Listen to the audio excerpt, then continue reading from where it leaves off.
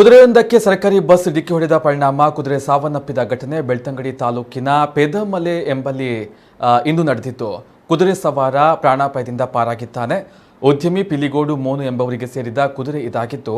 ಇವರ ಪುತ್ರ ಬೆಳಗ್ಗಿನ ಹೊತ್ತು ಕುದುರೆಯಲ್ಲಿ ಗುರುವಾಯಿನಕೆರೆ ಉಪ್ಪಿನಂಗಡಿ ರಾಜ್ಯ ಹೆದ್ದಾರಿಯಲ್ಲಿ ರೈಡಿಂಗ್ ಹೊರಟಿದ್ರು.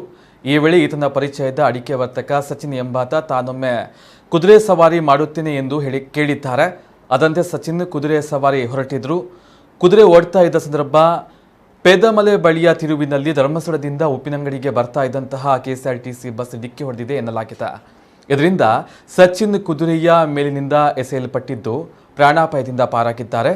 ಬಸ್ ಡಿಕ್ಕಿಯಿಂದ ತಲೆಗೆ ಗಂಭೀರ ಗಾಯಗೊಂಡ ಕುದುರೆ ಕುಸಿದು ಹೊರಳಾಡಿ ಪ್ರಾಣವನ್ನು ಬಿಟ್ಟಿದೆ.